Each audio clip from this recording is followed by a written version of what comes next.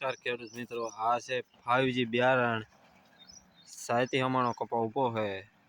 કપાનો ફાલ તમે ઝીંડવા બીંડવા જોઈ શકો.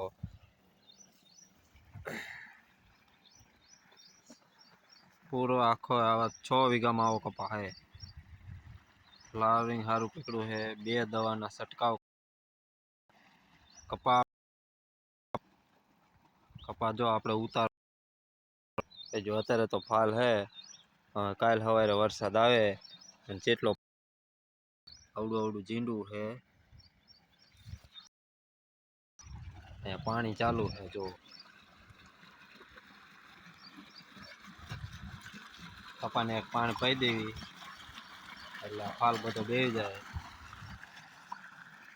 જો આખા એવો કપા છે 6 વીઘામાં 5G બિયારણ.